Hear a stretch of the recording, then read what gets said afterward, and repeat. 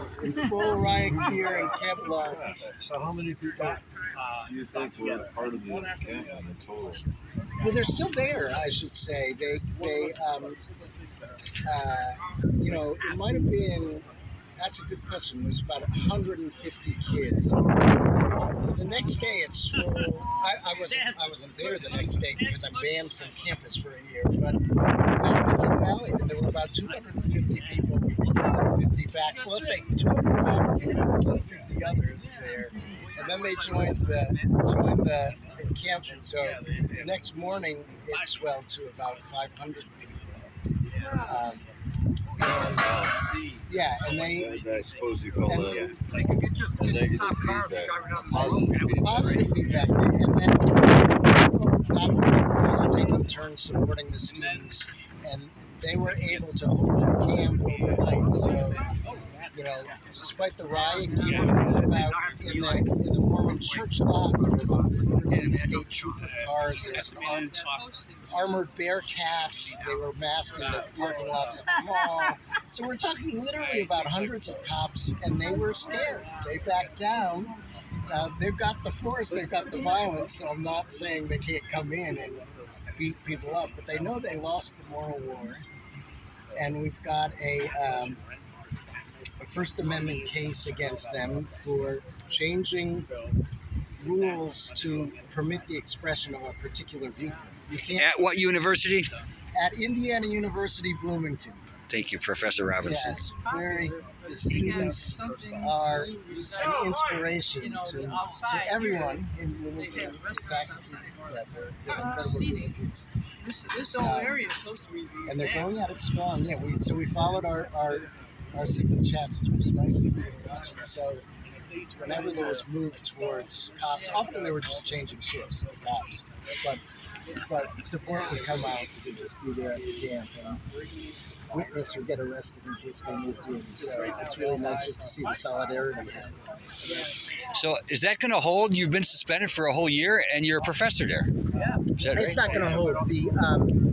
The dean of the college, which is of course the largest unit, called me first thing in the morning saying that he's been in heated conversations with the president and the provost. The president in response said they won't lift the charges, but they can appeal with the police department and will respect the appeal. So I think that's a signal that they'll go light.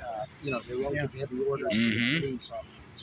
But meanwhile, the National Lawyers Guild and the ACLU are working on injunctions because, right, I can teach by Zoom, I can do, but kids we were started to be released around 10 at night.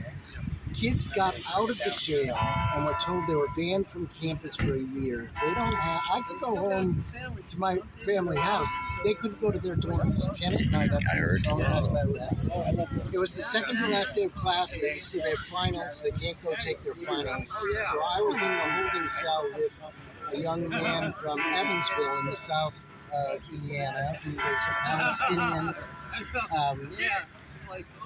Born in the West Bank, just finished a neuroscience degree, heading to med school at IU School of Medicine, and can't take his finals, can't go back onto campus.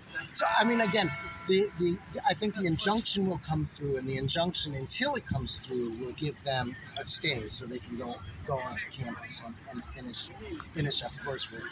But just the corruption of the administration of the university to come down for these kids expressing themselves on a matter of overwhelming public concern, and then just say you can't take your finals, you can't return to your dorms, you're suspended from campus for a year for being arrested at the designated site for free expression since 1969 and protected by faculty policy. So the corruption of the administration in the face of these protests is out.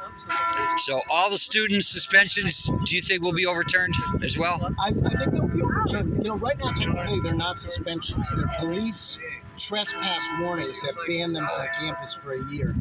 So, so same with me. I haven't been suspended. We did have a faculty member, an advocate, the advisor for the Palestine Solidarity Committee, who was in fact suspended on this insane pretext.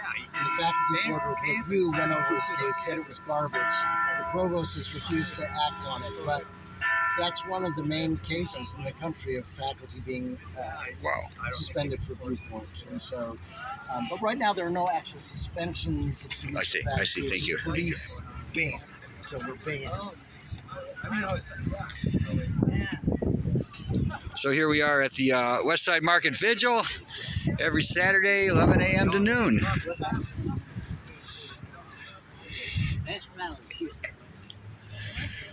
Going to the coffee shop? We are. Yeah, good.